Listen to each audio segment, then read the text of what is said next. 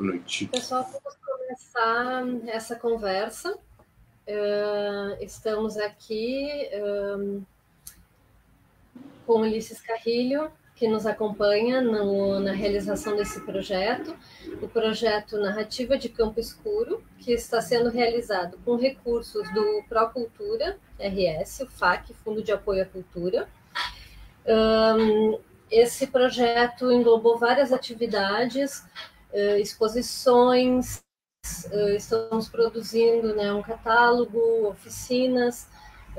Já deixo, inclusive, aqui o convite para uma oficina presencial que a gente vai ter na sexta-feira, na Livraria Circula, que fica na Oswaldo Aranha, em Porto Alegre, né, para quem estiver nos vendo de Porto Alegre, em que nós vamos fazer uma oficina de percepção magnética. Ao longo dessa conversa, vocês vão saber um pouquinho mais sobre o que é isso. Então, esse projeto, né, ele vem acontecendo já há algum tempo.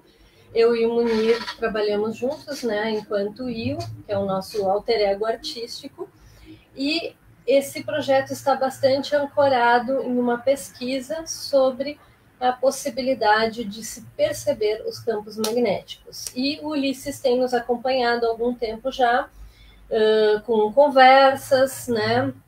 A gente vem trocando uma ideia sobre esse projeto. Ele escreveu um texto lindo que vai estar nesse nosso catálogo.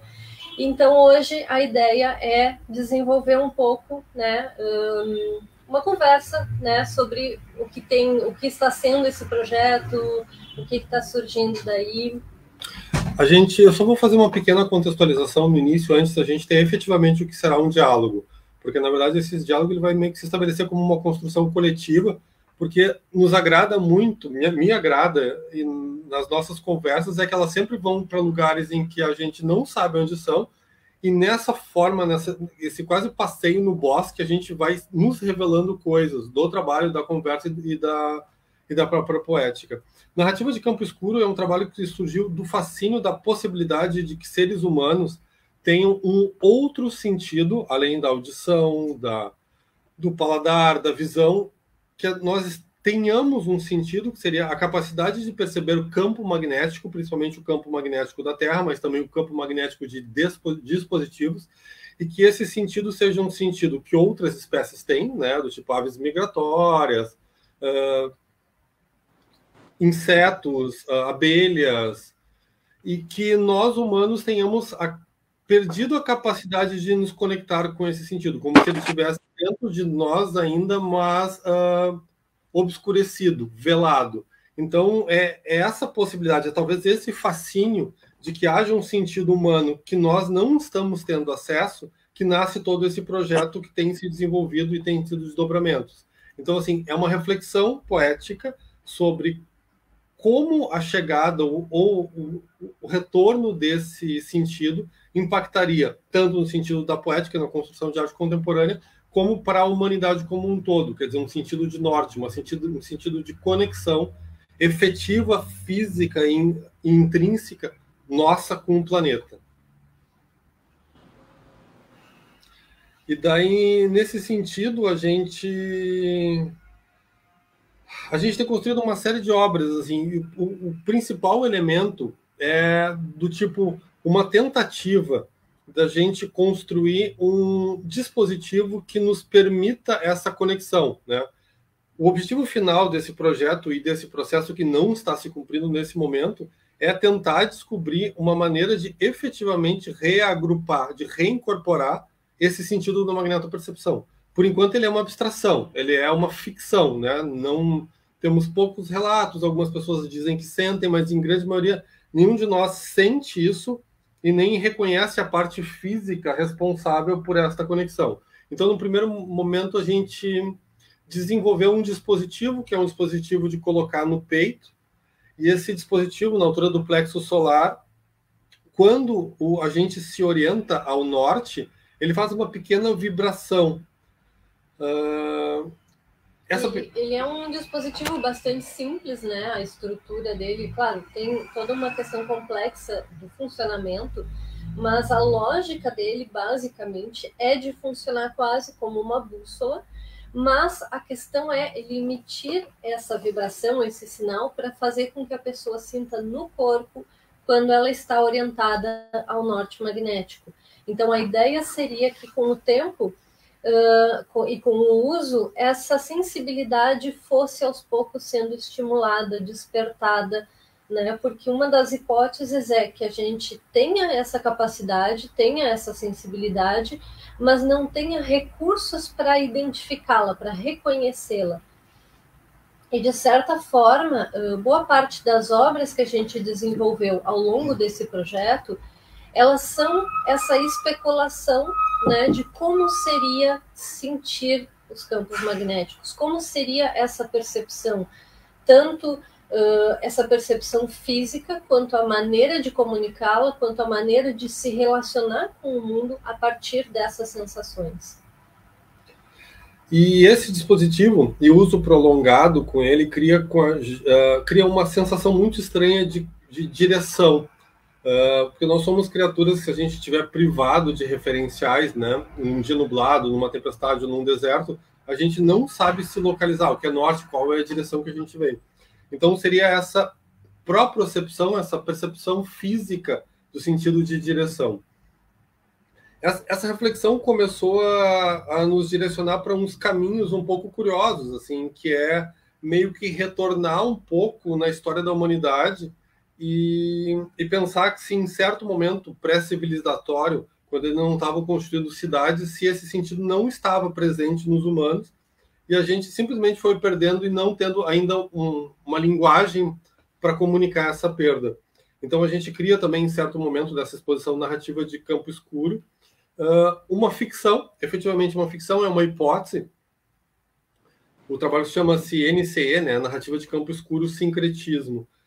E nesse trabalho a gente faz um texto apócrifo, um texto ficcional, sobre uma possível crença, um possível grupo religioso na França do século XIII que teria tido essa capacidade cognitiva de localizar os campos magnéticos, mas óbvio que dentro da mitologia que eles estavam inseridos, eles reconhecem aquilo como uma manifestação do Espírito Santo. Então a gente brinca um pouco de uma forma anacrônica com a possibilidade de que esse sentido venha acontecendo em vários momentos da história da civilização humana ou do desenvolvimento humano, mas sem ter ainda uma linguagem, uma nomenclatura, uma capacidade técnica de, como a gente teria hoje, de chamar isso de magnetopercepção, de localizar isso como um sentido. Era entendido como um milagre. Esse texto vai estar disponível no site, né? Acho que a gente pode mostrar um pouco a configuração. Dá para compartilhar aqui. Por gentileza, Luísa.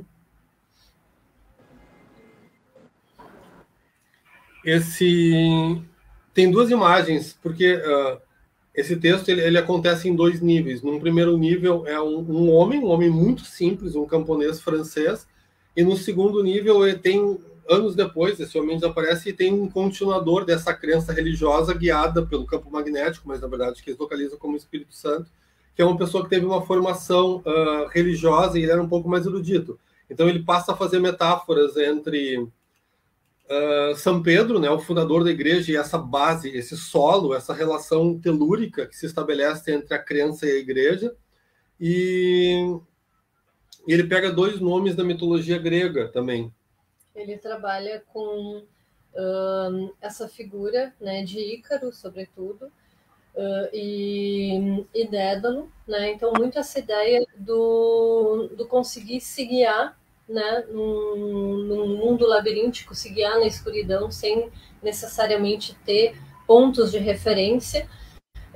Então ele é muito essa ideia de, bom, se a pessoa não tem os referenciais necessários para entender o que ela está de fato sentindo, ela recorre ao arcabouço teórico e de referências e de imagens que ela tem acesso, e nesse caso seria isso. Então ele vai criando esse sincretismo entre essas figuras de diferentes crenças para tentar entender, para tentar justificar, né, essa habilidade de se localizar.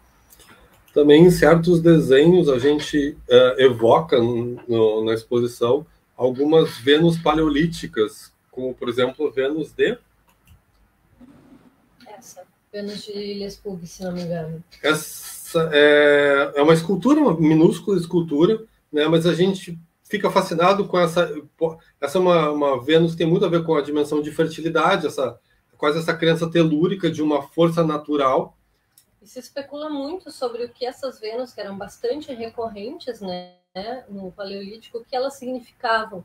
E uma das coisas que nos chama a atenção é o quanto essa especificamente, mas várias outras também, ela quase parece uma representação de polos opostos. Porque, estranhamente, a região, né, de cabeça e ombros e a região de coxas e canelas e pés é muito próxima, né? Então ela é quase como se ela tivesse essa massa gravitacional no centro, esses dois polos. Então, de certa forma, ela evoca um pouco essa relação. Claro que aqui é apenas uma especulação poética, não há nenhum texto que dê base para isso, né? Mas nos fascina também, encerrando essa introdução, que é a ideia de que o campo magnético da Terra ele é efetivamente um manto protetor gerado do núcleo, né, por forças titânicas que nos protege. Quer dizer, só existe vida na Terra porque existe um campo magnético que nos protege. E esse campo, o momento em que ele surge, que é um momento meio tardio na história do planeta, é o momento em que começa a existir vida. Então, se a gente tem que pensar uma deidade feminina, uma deidade de criação, que efetivamente representa a totalidade dos seres vivos no planeta Terra, a gente pode efetivamente recorrer a esse campo magnético. Então, quando a gente fala sobre que nos protege, por exemplo, dos raios solares e de radiações do cosmos. Então, quando a gente pensa efetivamente em retornar esse sentido, ou a possibilidade desse sentido que é a magnetopercepção, a gente também está falando efetivamente de uma dimensão mitológica sobre a conexão efetiva com esse força criadora mais brutal e forte e vivaz que a gente tem no planeta, né? Então, essas relações ficam todo o tempo indo, né? A gente vai para uma microtecnologia, um dispositivo, e ao mesmo tempo a gente vai para o macro da história do planeta, da história da evolução e da própria criação do processo da vida. Bom, gente, foi uma introdução meio rápida, que a gente pretende complementar depois com o catálogo que está saindo em breve. O catálogo tem um texto nosso, tem um texto do Ulisses e tem um texto de um físico convidado, que ele trata sobre a história do magnetismo, né? A gente faz um pouco esse à parte. E também... o Oswaldo Pessoa Júnior, ele faz meio que uma compilação do entendimento humano, da relação humana com o magnetismo desde 1600 até os dias atuais. Né? Então ele traz todo esse panorama. A gente tenta buscar, né, essas diferentes formas de pensar sobre o assunto, de olhar para isso. Bom, concluída a primeira fase, né, que eu acho que é uma fase que era mais generalista, assim, só para a gente localizar as pessoas que vão ver esse vídeo. Agora a gente coloca uma segunda fase, que é um pouco a fase do tipo, onde vamos, né? Em que ponto estamos? Porque é interessante, assim, ao fazer esse projeto, a gente se deu conta que cada passo que a gente avança, o nosso objetivo se distancia cada vez mais, ele se torna mais complexo e mais distante. O que antes era um projeto de 1 ano, que tinha o objetivo de fazer 2 exposições, agora a gente se deu conta que a gente precisa, que a magnetopercepção é muito mais complexa do que a gente esperava, que a gente precisa de um grupo multidisciplinar, e tem vários projetos que a gente está tentando realizar, que é isso. A gente precisa de geólogos, a gente precisa de físicos, a gente precisa de biofísicos, para tentar entender isso e transformar esse entendimento em poética, né? Para efetivamente pegar uma parcela da realidade e transformar essa parcela da realidade na sua dimensão simbólica. Então, essa conversa um pouco está nesse núcleo, assim, que é exatamente, não vou chamar o meio do caminho, mas o primeiro terço do caminho. E nesse primeiro terço do caminho a gente faz uma certa retrospectiva para entender onde estamos e para onde podemos ir. Ulisses, bem-vindo a essa nossa conversa. Eu te coloco aqui numa posição meio... começo perguntando assim, qual é a relação poética que para ti surge como essa proposição? Quando a gente colocou a primeira vez a ideia da magnetopercepção, a ideia de que um sentido humano estaria perdido. Como é que isso soou para ti, sabe? Munir, gratíssimo pela pergunta. É ótimo falar logo depois de vocês, sobretudo porque vocês complexificam muitas coisas e trazem muitas camadas poéticas, e isso me agrada enormemente. Isso tem vínculo com o que eu gostaria de dizer. Primeiro que eu achei o desejo de vocês de convocar a possibilidade de que a gente tem uma percepção que ainda não foi nominada, que ainda não virou linguagem, que ainda não é palavra, ou seja, que ainda não se tornou ciência, conhecimento, ainda não é livro, ainda não é alfarrábio, me pareceu uma certa confiança num corpo. E isso, por si só, para mim, já é político, é ser poético, e com isso eu já me aproximo um pouco do que eu escrevi para vocês, né, com vocês em mente, mas para vocês, assim. Eu, obviamente, ouvindo desde um corpo, e esse trabalho de vocês especificamente, o dispositivo traz uma atenção corporal, ela convida o espectador a se imaginar no uso de um dispositivo e imaginar repercutindo no corpo dele uma série de funcionamentos que são da ordem planetária, são da ordem do funcionamento do cosmos. E ao mesmo tempo que esse convite me pareceu fabuloso e interessantíssimo de me debruçar num primeiro mergulho, eu até comentei isso já com vocês, o processo de escrita me levou para um outro caminho, foi de perceber que essa força e essa confiança nas humanidades, em todas as monstruosidades que compõem a humanidade, né, em todas as pós-humanidades, me levou para uma mitologia que já estava no corpo de obra de Io. Me parece que esse projeto ele flerta com muita beleza com vários outros campos de conhecimento. Isso por si só já me agradou de antemão. A ideia de uma espécie de integração, e eu, que na minha prática dependo tanto da linguagem para escrever, adorei ser convidado a pensar em algo que ainda não tinha se tornado linguagem. Mas é bem verdade que para dar... Essa talvez seja a resposta mais correta. Mas a resposta mais sincera mesmo foi que num primeiro momento, talvez já mergulhado no arcabouço de imagens que eu conheço de vocês,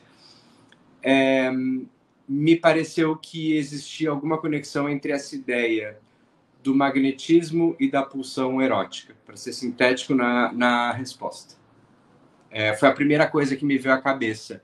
Me pareceu que esse corpo pulsional já estava presente na obra de vocês e que ele aparece ou reaparece também ancestral, também mitológico, também milenar, também futurista, né? Porque eu acho que tem um jogo entre tempos aí, mas me pareceu que era dessa pulsão da ordem do Eros, do mito disso que é vivo.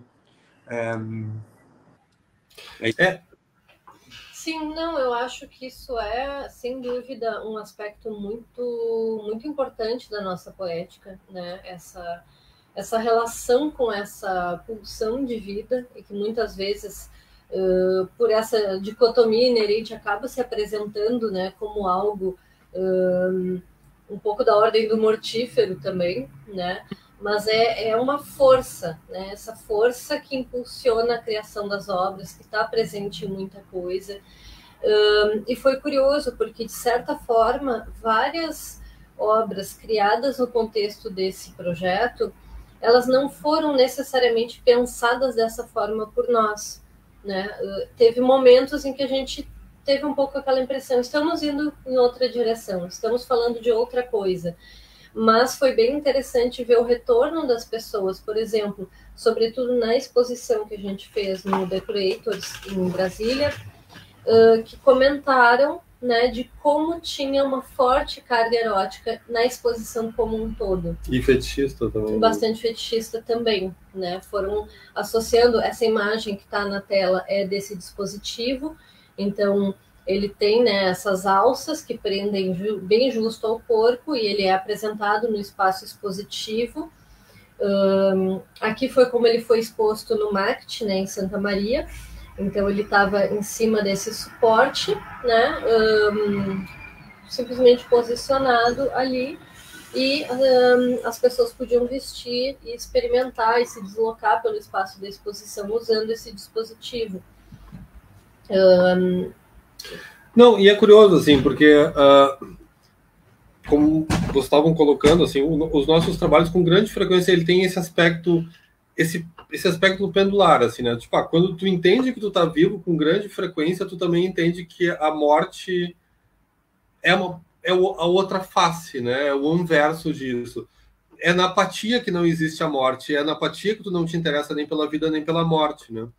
E é comum, assim, que os nossos trabalhos apontem para essas zonas limítrofes, assim, entre uma força de destruição, uma força que leva tudo, e, por outro lado, essa força de construção, essa força que refaz tudo, que é a dimensão erótica.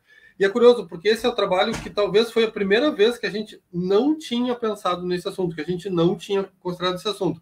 Apesar de uma certa obviedade, né? A gente tem um trabalho que é meio íntimo e vibra no corpo. Isso é quase uma brincadeira, assim, né? De tão óbvio que isso é. Mas, por outro lado, também tem alguma coisa que é interessante, assim, quando se desenvolve uma pesquisa ou se desenvolve uma poética, a gente sempre entende que a construção dessa poética, que não é uma emulação, quer dizer, a gente não está trabalhando numa construção do que já existe, mas sim um desvelamento de um enigma, um trabalho está cheio de facetas que a gente não entende. A gente faz o trabalho para tentar entender. E o trabalho não nos pertence. Quando a gente coloca ele na arena, quer dizer, seja como discussão, seja como exposição, ele vai revelando uma série de facetas para a gente, mas uma série de facetas ficam obscuras para a nossa visão, né? E quando o Ulisses traz essa coisa que deveria ser óbvia para nós e não é, que é essa dimensão erótica do trabalho, essa dimensão fetichista que as pessoas em Brasília reconheceram, é interessante, assim, porque a gente estava muito no macro, na certa dimensão cósmica, telúrica, de uma força invisível que envolve o planeta, e ela, sim, é uma força geratriz, mas isso se conectava com o corpo, mas de alguma maneira isso está dentro do corpo e emana enquanto força, né? Isso é interessante da gente ver. É curioso, o Daniel Acosta, que não é o artista, é um físico que trabalha com a gente, ele aponta um uso do eletromagnetismo que é muito curioso, assim, se usa para obras de arte. Tu faz uma foto, um registro eletromagnético de um quadro, e daí esse registro é quase como uma assinatura digital. O quadro não pode mais ser falsificado, sabe? Claro, se alguém passar um potente imã industrial sobre o quadro, ele vai mudar os campos magnéticos dele. Mas se isso não acontecer, na verdade, a gente tem uma assinatura da alma, a gente tem uma assinatura do DNA do quadro através desses registros, né? Quer dizer, a gente pretende, de alguma maneira, fazer um trabalho a partir disso, ou pensar a partir disso, ou fazer um vídeo a partir disso, porque essa ideia é muito interessante, assim, né? Que do tipo, seres humanos, mas também obras de arte emitem uma assinatura eletromagnética. E uma das grandes questões é quem consegue enxergar essa assinatura, né? Porque é bastante possível que alguns animais consigam, né? A gente falou ali no início, né, sobre aves migratórias, por exemplo, mas vários outros animais se utilizam dessa percepção magnética para uma série de outras coisas, desde uma relação mais ampla com esses mapas magnéticos do planeta, seja aves, peixes, tartarugas, né, nesses grandes deslocamentos, mas, por exemplo, raposas usam a percepção magnética para caçar. Como isso acontece? É possível que elas consigam ler essa assinatura magnética da sua presa e consigam, por exemplo, localizar uma raposa do Ártico, vai localizar sua presa embaixo da neve, né? Então, sem nenhum outro indício para localizá-la. Então, isso também é fascinante, né? Pensar que talvez tenha toda uma outra camada de identidade para pessoas, para, enfim, objetos e para obras, que seja possível de alguma maneira de localizar, de captar, de identificar.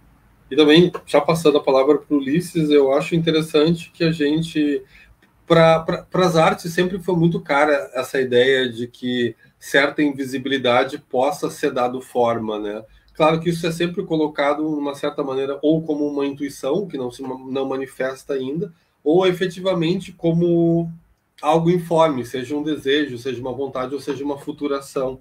E é interessante quando a gente fala, e daí, enquanto metáfora, de que o campo magnético é esse invisível. Conseguimos detectar eles com equipamentos, conseguimos detectar eles como dispositivos, mas é quase uma feitiçaria. A gente não sente ele enquanto uma realidade concreta, só mediado por outras forças, né? E assim, então, efetivamente, essa ideia de que operamos o invisível, e aqui o invisível não é invisível místico, não é transcendental, é o invisível apenas não acessível, né? É outra ordem de invisibilidade. Eu estava aqui escutando vocês e pensando que, quando tu disseste, Munir, que nem vocês haviam aventado essa pretensa dimensão erótica do trabalho, eu acho que essa é uma qualidade do trabalho como um todo. No sentido de que o trabalho é complexo e prega uma peça em vocês mesmos. Porque mesmo que o erótico se apresente... né? Por exemplo, eu estava falando sobre o erótico, apareceu essa imagem do dispositivo. É um perigo entender o erótico apenas como objeto de fetiche e como a alegoria do sadomaso. O que eu estava dizendo é que um dos riscos da compreensão do erótico como apenas a sua percepção na dimensão do fetiche seria tirar a complexidade que essa ideia do erótico tem para uma complexidade de pensamento que me parece que vocês trazem também para a própria ideia de conhecimento. Disso que ainda não está nomeado, disso que ainda não é linguagem, disso que ainda não está assentado. E isso, dentro do jogo temporal que a obra de vocês constantemente oferece para aquele que decide se relacionar com ela, aponta para uma possibilidade, é claro, de uma sensibilidade vindoura, que o corpo pode vir a educar-se e então vir a tê-la, mas também aponta para a série de coisas que a gente ignorou a existência enquanto ainda não tinha meios para nomeá-las. E isso me parece que é um jogo interessante que vai também para uma certa discussão... vamos lá, vamos usar o pior termo, o mais difícil possível, epistemológica, assim, da ordem das disciplinas, da ordem dos campos de conhecimento. E quando o Munir falava sobre a arte como hipótese, como ficção, como uma espécie de versão, eu me pergunto qual é a outra possibilidade para a arte se não é gozar desse próprio prazer de versar, de fabular e de imaginar. Não seria esse o determinado campo de conhecimento que teria uma pretensa autorização dada por essa poiesis para a gente nomear? Então, eu estou dando essa pequena volta para dividir com vocês algo que pode parecer óbvio para quem lê o texto, talvez, mas o texto chama quiçá. E esse é um termo que ele, per se, tem uma erótica, ele é um tango, enfim e tal, mas ele também aponta para um lugar, e eu gosto do termo porque ele não necessariamente determina que lugar é esse para onde precisa chegar. É um lugar temporal, um lugar metafórico.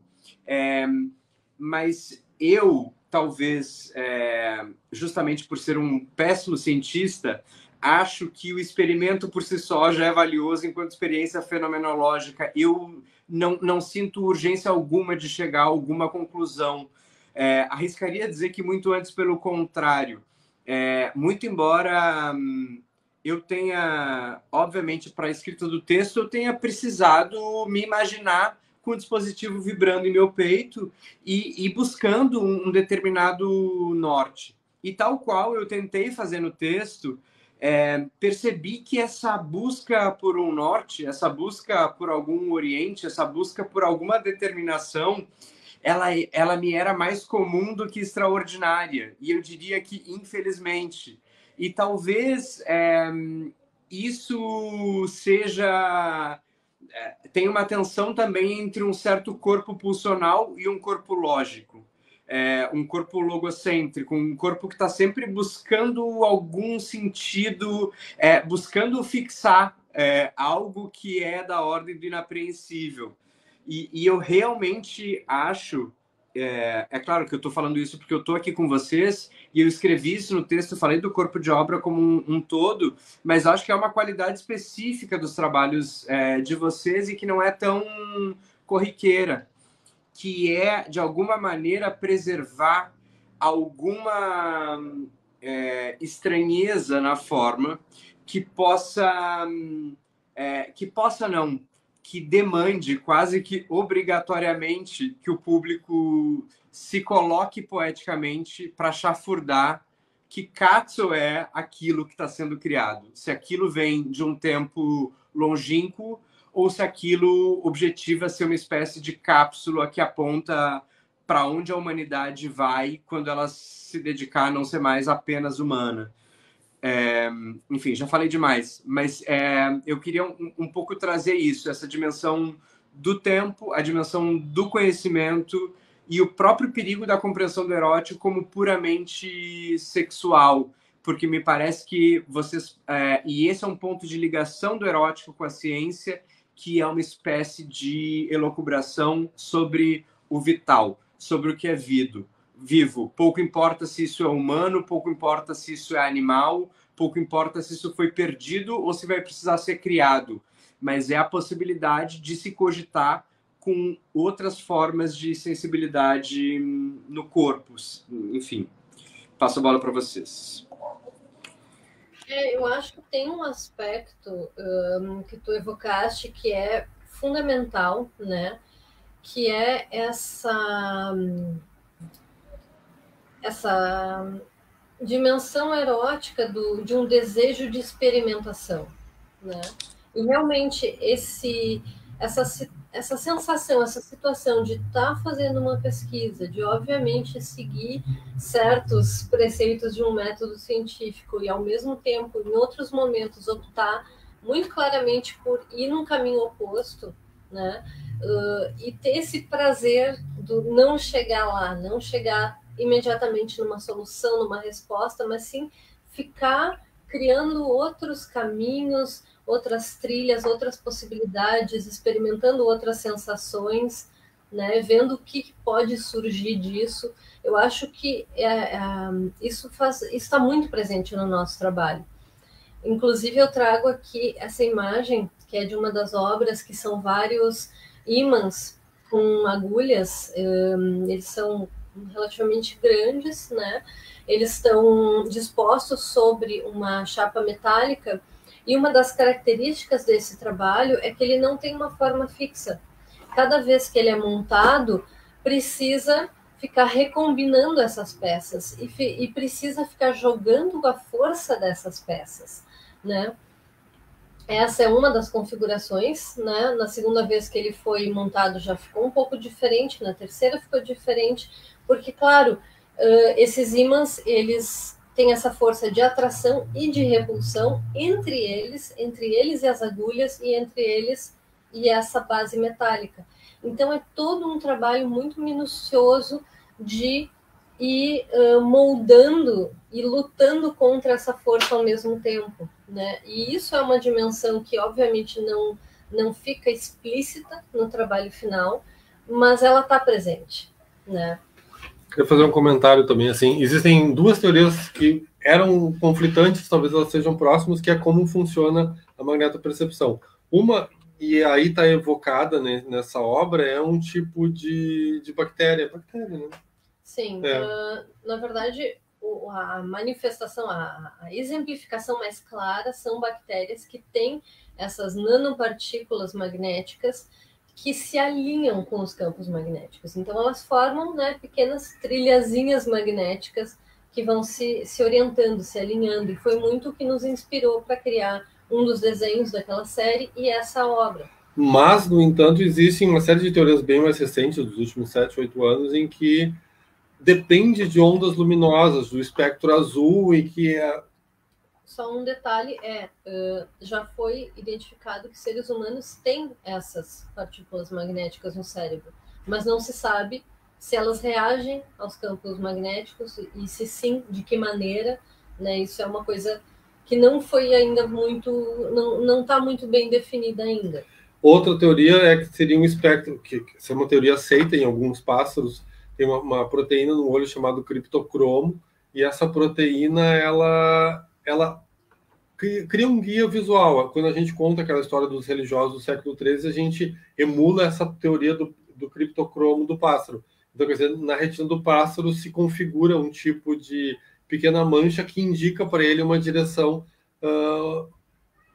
regrada pelo campo magnético. Então, de alguma maneira ou outra, a gente está todo o tempo especulando sobre essas possibilidades teóricas e usando elas como referência. Mas pegando um comentário anterior do Ulisses, é curioso, assim, tipo, eu gosto da ideia dessa especulação desse obscuro e desse enigma, mas eu também tenho um fascínio que eu considero quase infantil, que é a possibilidade efetiva de sentir isso, sabe? Da mesma maneira que desde a infância eu tenho sonhos em que eu estou caminhando e de repente eu me dou conta, eu me lembro como é que eu faço para vencer o campo gravitacional. E do tipo, um certo movimento, uma certa postura, eu começo a flutuar desconectado do solo, e desconectado com o solo eu me lembro, pô, como era simples voar, eu só não me lembrava como é que era, eu tinha esquecido desde a infância, né? De alguma maneira, eu tenho quase a reprodução desse sonho, em que, de alguma maneira, daqui a um certo momento, com certa posição, uma certa meditação, uma certa dieta, um certo processo sensorial, de repente eu vou começar a sentir algo que eu nunca senti antes, e eu vou encontrar nessa cognição efetivamente a percepção concreta de um campo magnético. Assim. Então, esse desejo, para mim, que é um desejo quase utópico, é um desejo, né, que eu considero quase da felicidade infantil, assim, eu tenho com esse trabalho, né, admito isso. Sim, e é curioso, eu não sei se vocês já tiveram, eu imagino que isso talvez seja um sonho recorrente, porque eu já tive vários sonhos assim, e neles é sempre... é muito essa dimensão, assim, não é do tipo, ó, de repente ganhei superpoderes. Não, é como se uma lembrança ancestral voltasse e eu percebesse, não, eu sempre soube fazer isso, né? E eu acho que talvez isso seja algo que várias pessoas têm, né? Essa sensação de, não necessariamente de voar, mas algum tipo de relação com o mundo diferente que é possível e que às vezes é só virar uma pequena chave para conseguir acessá-la. Eu ia fazer só também um comentário sobre essa obra, isso é só um detalhe dela, mas ela partiu um pouco dessa especulação, né, de como se daria essa percepção em seres humanos. Então a gente tem essa escultura, né, que é um rosto, dentro dele tem ímãs muito possantes, então isso na testa é pó de ferro. Né? Tal qualmente tem no cérebro também, né? Exato. Né? Só que, obviamente, não, em proporções menores. ínfimas, mas aqui é um exagero, né, dessa representação. Então, esse pó de ferro ele é despejado sobre a cabeça e ele imediatamente se conecta, né, com esses ímãs que estão por dentro e cria essas ondas, né, como uma irradiação.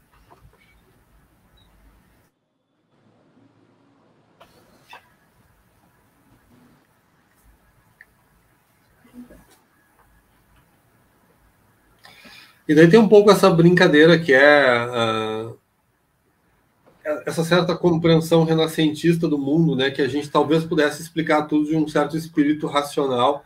Então é esse conflito entre esse discurso nominado por palavras e esse discurso nominado pelo corpo mais antigo, o cérebro mais antigo, que é em sensações. Assim. Então, de uma maneira, a gente está evocando esse discurso efetivamente entre o que Nietzsche coloca entre o apolíneo e o dionisíaco, né, entre a sensação e a razão, e parece que essa construção da magnetopercepção passa um pouco sobre isso, mas ao mesmo tempo não deixa de ter quase como instrumento de tortura, né? Ele é quase uma punição ali nesse sentido. Sim, né? que é um pouco aquilo que tu falaste, né? De tipo, de certa forma, eu não sei se eu quero, né, ter essa capacidade, né? A gente, de certa forma, já está muito preso a uma série de dispositivos que normalmente é o que nos orienta, o que nos permite nos localizar. Eles apenas foram evoluindo ao longo do tempo.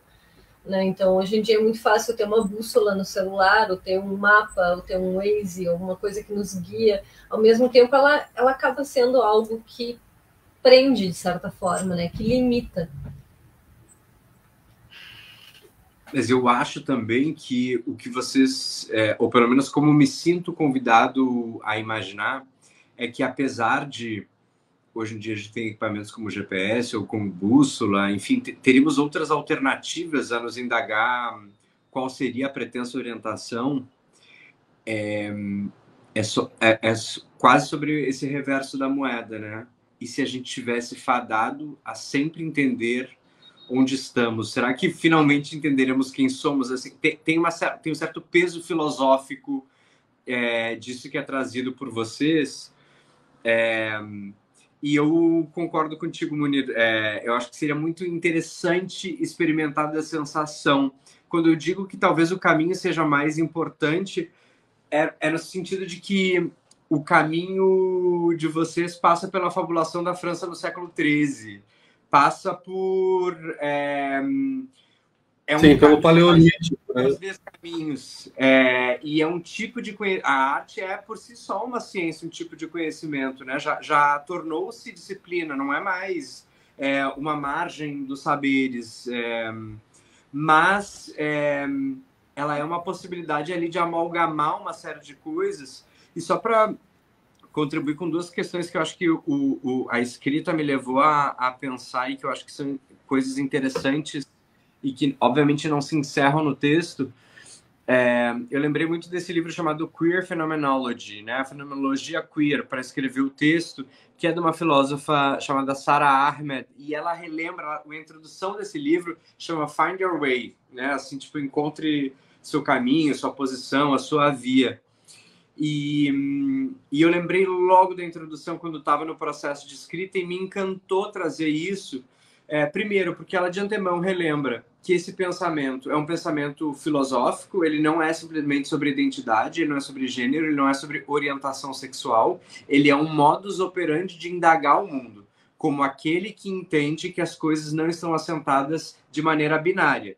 Então, os sistemas de conhecimento, apesar de terem sido assentados de forma binária, entre norte e sul, masculino e feminino, yin e yang, tem várias filosofias e campos de conhecimento, e ela vai nos relembrar e problematizar de alguma maneira essa ideia. Ela está falando mais da questão da orientação sexual, que é que talvez de maneira biográfica tenha me interpelado mais, mas que eu achei que aqui, de maneira metafórica, era radicalmente interessante para a gente pensar.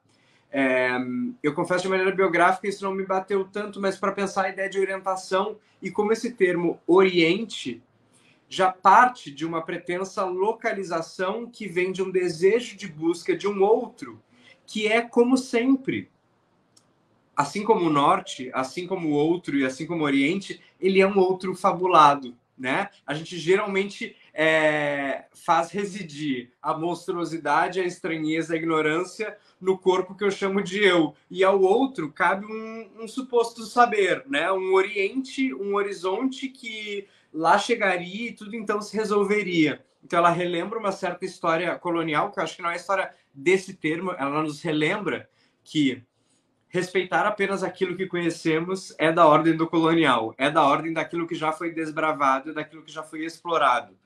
E muito embora esse trabalho não tenha uma dimensão de manifestamente ser politicamente panfletário, me pareceu que essa era uma dimensão política da política do conhecimento, né? Assim, da maneira de interpelar o mundo, que me parece também sinal de boa arte, né? É a confiança naquilo que ainda não está rastreado e nesse modo sensível que aposta na opacidade, né? Que desvia da literalidade, que desvia da transparência, por entender que o mundo do panfleto, da publicidade, do literal, é mais o mundo do megafone. Muito embora dê para fazer arte com megafone, mas assim, a arte teria uma outra qualidade de opacidade que poderia ficar no fluxo, na frequência, no sutil. E isso eu achei importante de trazer aqui agora, para a gente pensar junto. E a segunda na contramão disso que eu estou dizendo tudo, é relembrar, porque ao escutar o trabalho de vocês, me sinto obrigado quase a não ser binário, né? E não assentar nem as dúvidas. Deixar tudo em ebulição. É relembrar também que esse estudo da fenomenologia, da experiência do corpo-sentido, não é nenhuma novidade, né? Assim, ele tem uma tradição filosófica gigantesca, e eu acho muito bonito como a arte, nos momentos em que a arte se dedica a criar dispositivos que não servem apenas à contemplação, Eu acho que aí também tem algo de interessante, porque ela provoca a aliança com os outros campos de conhecimento, mas, sobretudo, isso era algo que quando eu estava ouvindo o Munir lá no início, é algo que nos traz a possibilidade que talvez nós, que sejamos sujeitos mais encantados com essa ideia chamada arte, a gente esteja mais acostumado. Mas é de que a arte é parte da vida. Ela não narra e fabula sobre ela, não é só ela não é um processo posterior. E daí, eu que já falei tanto aqui, me sinto no compromisso também de ser porta-voz de quem pode estar nos escutando e arguí-los, assim, e saber se tem alguma historieta, alguma coisa, algo do processual que vocês podem dividir conosco, porque acho que pode ser interessante de pensar. E outra coisa, Laura, eu adorei que você mostrou esse desenho com os elementos que não tem forma fixa, porque eu acho que, como toda obra de arte, ele é mais complexo do que ficar no blá blá blá, né? Ele oferece a tensão da coisa com a coisa, e eu só juntaria nisso que vocês trazem mais um complicador sedutor na história, que é a paleta cromática, que tira a exuberância e a superevidência de tudo. Talvez o pensamento científico fosse o microscópico, o de encontrar na ínfima parte a grande diferença, o limite. E eu acho que a qualidade dessas obras é justamente o grau de confusão com o qual eu, espectador, me enxergo no pó de ferro que gruda na minha cabeça sem o meu controle, né? Assim, essas formas dão a pensar mas, enfim, se você lembrar de alguma coisa para dividir aqui, eu acho que o processo do artista é algo que o curador geralmente tem acesso e que os públicos muitas vezes ficam só com o objeto, mas que eu tenho certeza que nesse processo de pesquisa muita coisa deve ter aparecido. Algo surge? Eu acho que tem uma coisa curiosa.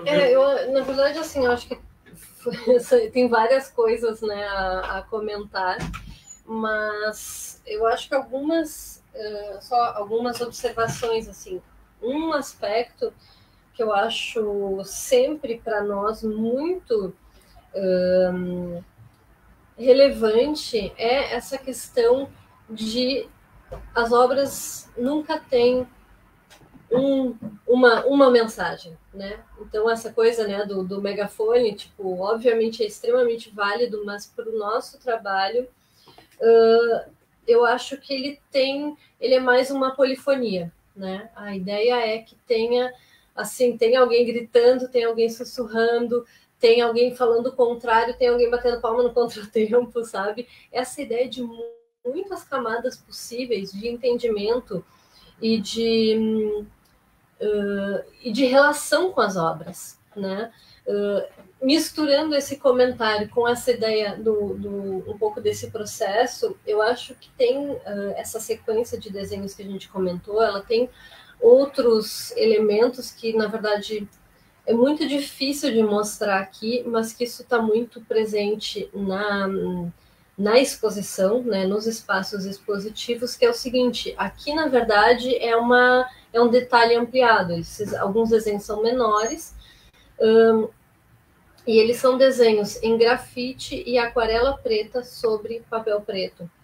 O que acontece? Isso que vocês estão vendo aí é algo muito difícil de se obter. Inclusive, fazer registro dessas obras foi bem complicado. Porque o que acontece?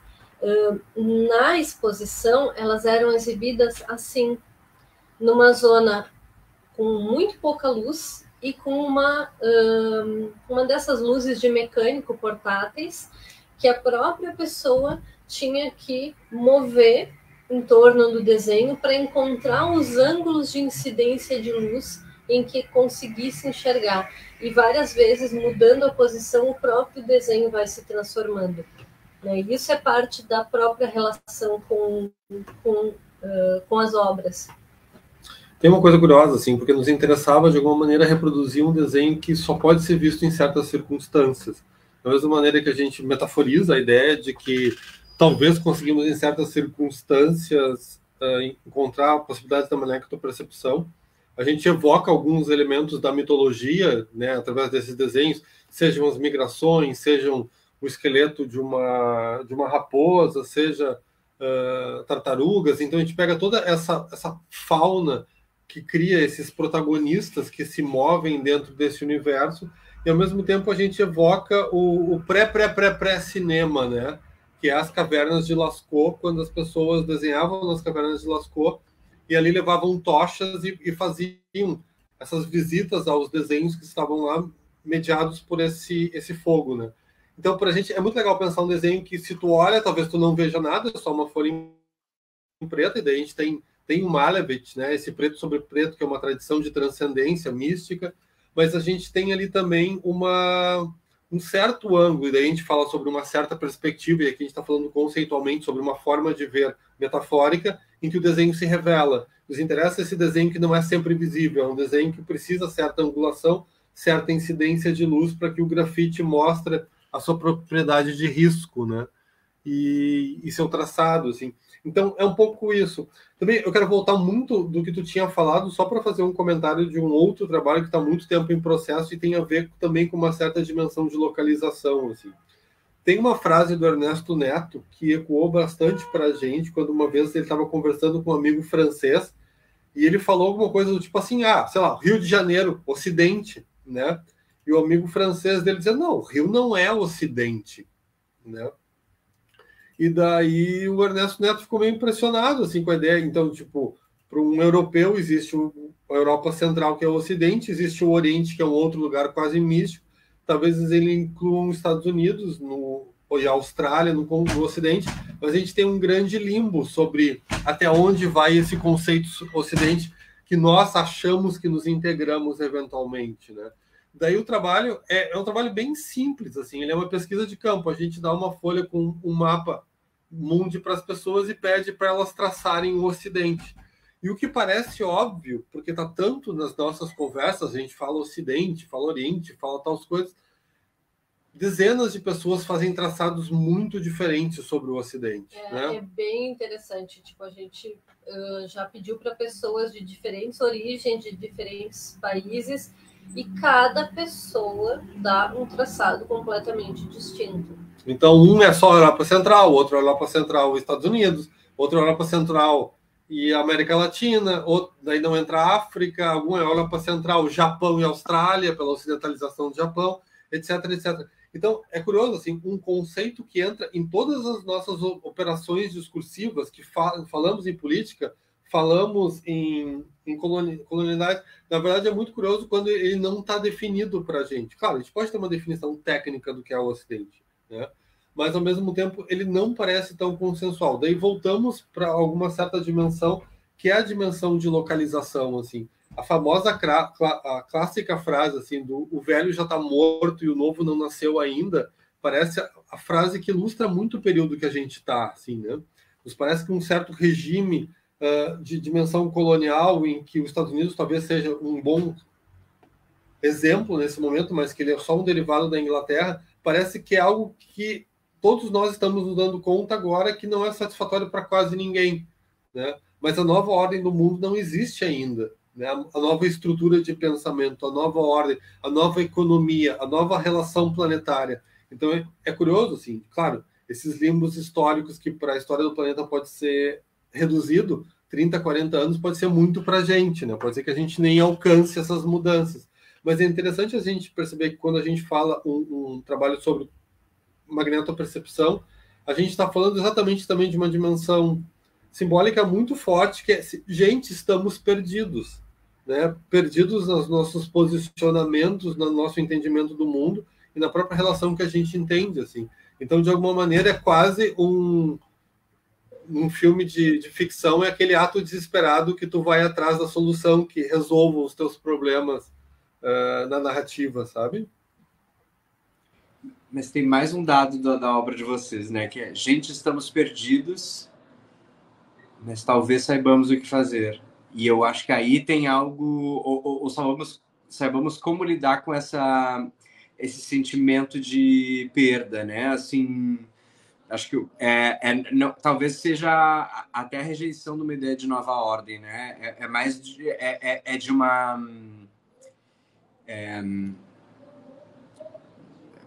relembra-nos que a gente tem muita ignorância sobre os outros modos de vida que não humanos, né? A gente costuma pensar que os animais são reativos, porque a gente ainda não tem capacidade de delinear as intelectualidades que são versadas e experimentadas por eles. E, de alguma maneira, eu acho que vocês... Eu sinto que tem tem uma certa animalização do humano nesse trabalho. No texto eu falei sobre devir animal, mas tem um certo paralelismo, eu acho que também nos reassenta na condição de seres vivos, e não no privilégio de seres que teriam alguma intelectualidade específica, a gente safaria melhor que os outros, né? Até porque o Munir acabou de falar que a gente vai primeiro. É curioso, né? O que se tornaria uma ofensa, daí a gente entende, e entendemos que tu entende também, como um elogio, assim, né? A animalização do humano é tornar ele superior, né? Do que do tipo dessa criatura que é apartada da natureza e é apartada superior aos outros, que está bem embasado na Bíblia. Eu acho que a Bíblia justifica isso, assim, né? E, tipo, no Gênesis está bem claro esse elemento. E é bem essa, quando a gente fala, né, dessa busca, né, por outras maneiras de se relacionar com o mundo, por outras maneiras de entender o mundo, tem muito a ver com isso, né, com perceber que animais têm outras sensibilidades, né, e talvez outros entendimentos que a gente não consegue nem... A gente não tem nem palavras para descrever, justamente. Queria só compartilhar uma imagem aqui. Só um instantinho, se dá para... Isso. Essa obra que vai aparecer, ela, na verdade, foi a que deu origem a todo esse projeto, né? Aqui é um detalhe dela, só para ver melhor, que são pedaços de ímãs e vibriças. As vibriças, na verdade, são os bigodes dos gatos, né? Que eles perdem naturalmente, como a gente perde cabelo, e a gente encontra pela casa cada vez que vai varrer a casa, enfim.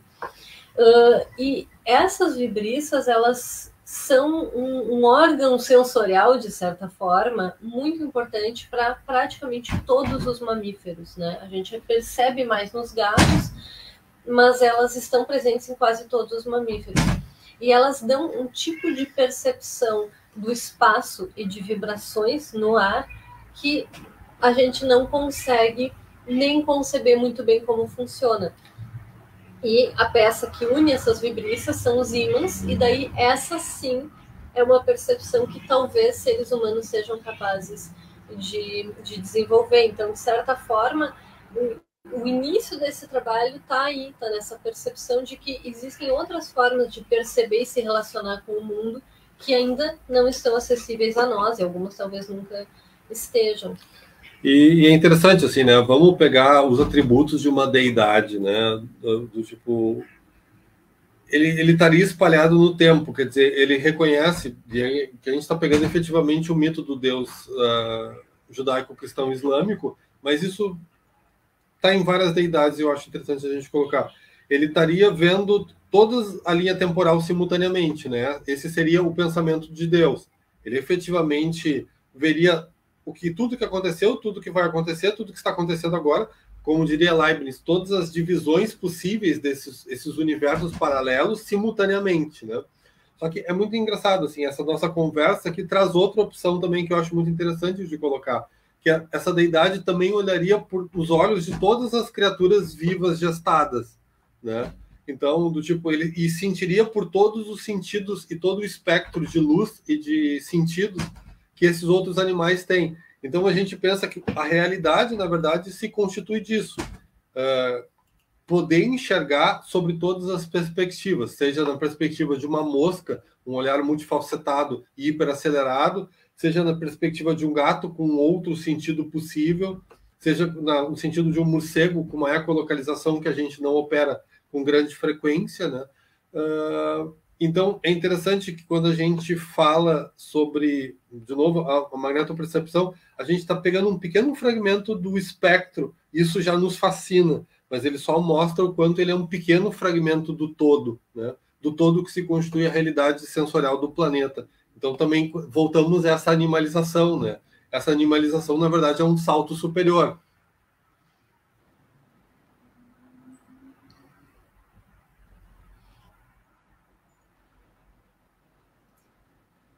Eu ia comentar só uma... A gente acaba se perdendo, na verdade, em vários pontos. Eu queria só fazer um comentário, né, que falaste sobre essa relação com a ausência de cor, né? E isso, claro, é uma característica bem recorrente, né, do nosso trabalho, mas curiosamente eu vou compartilhar aqui uma imagem dessa última exposição, né, que foi feita em Brasília e que, de certa forma, subverteu completamente essa ideia, só que de uma maneira bem diferente, que foi o espaço era colorido.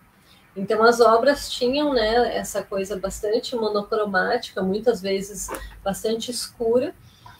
Claro, aqui é uma foto que não foi regulada, então ela está com a luz bastante estourada, né? Mas era esse ambiente com essas luzes focais e, ao mesmo tempo, essa parede num tom vibrante, vinho, que, sem dúvida, também conduziu, né, essa ideia de algo muito libidinal nessa exposição, que foi completamente diferente da realizada em Santa Maria, que era um ambiente completamente pintado de preto. Um planetário, na verdade, né? Exato. Que é interessante, porque aí é quase como se fosse dentro de um corpo, né? A parte interna de um corpo, essa vermelhidão sanguínea, assim.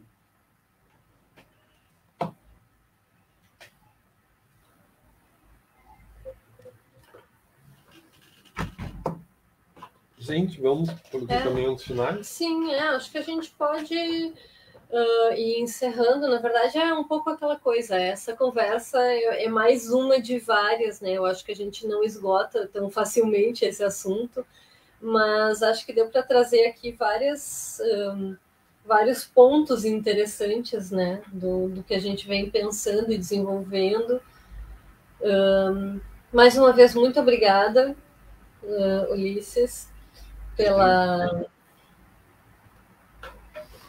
pela tua visão extremamente generosa, e já comentei antes, mas volto a comentar aqui, que é como é fascinante quando alguém tem um outro olhar sobre o nosso trabalho e que para nós dá aquela sensação de isso faz todo sentido, eu não tinha visto por esse lado, eu não tinha pensado nisso, sabe? E agora dá aquela vontade de, ok, agora eu quero explorar nesse caminho, eu quero ir por aqui, sabe? E é curioso, assim, porque eu acho que uma conversa entre um curador e um artista, um crítico e um artista, ele é muito mais funcional quando ele não é sobre obras, ele é sobre futuras obras, sabe?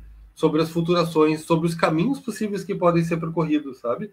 Acho muito interessante, assim, claro, que a gente analisa o passado serve como uma certa base para pensar um conjunto de coisas, mas é um conjunto de especulações que precisam ser, ou devem, ou é interessante que sejam contempladas, sabe?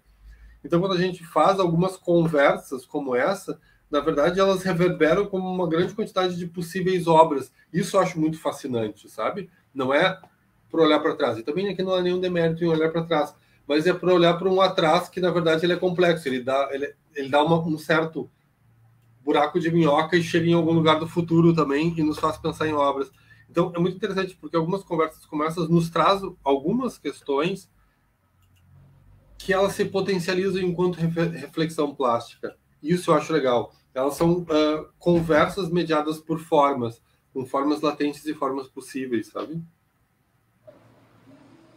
Eu só posso ficar lisonjeado com um comentário como esse. Quando vocês falaram a coisa do texto, eu acho que o grande diferencial possível é justamente provocar alguma leitura a outra.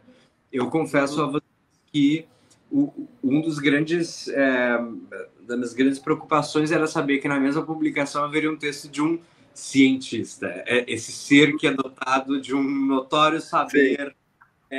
E eu tive porque senão criar algum paralelo entre o processo formal das obras e algum pretenso conhecimento científico, inclusive enquanto recurso estilístico, seria uma delícia de fazer, porque dá para mesclar vozes narrativas, dava para me hermanar na fabulação de vocês da França do século XIII, mas achei que esse não era o caminho, que era preciso justamente dentro desse decantar do que é sensível, do que é conhecido, mas sobretudo numa certa confiança no desconhecido e do que ainda não foi assentado, como trazer isso para jogo.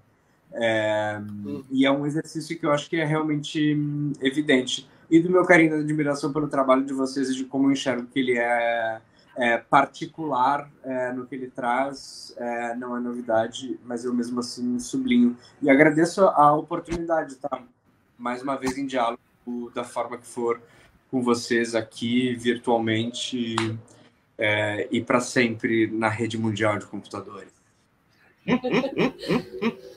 Maravilha. Que é isso, muito obrigado, né? O vídeo vai ficar disponível em breve. Obrigada, Luísa, também que nos deu o suporte. Muito obrigado, Lubi.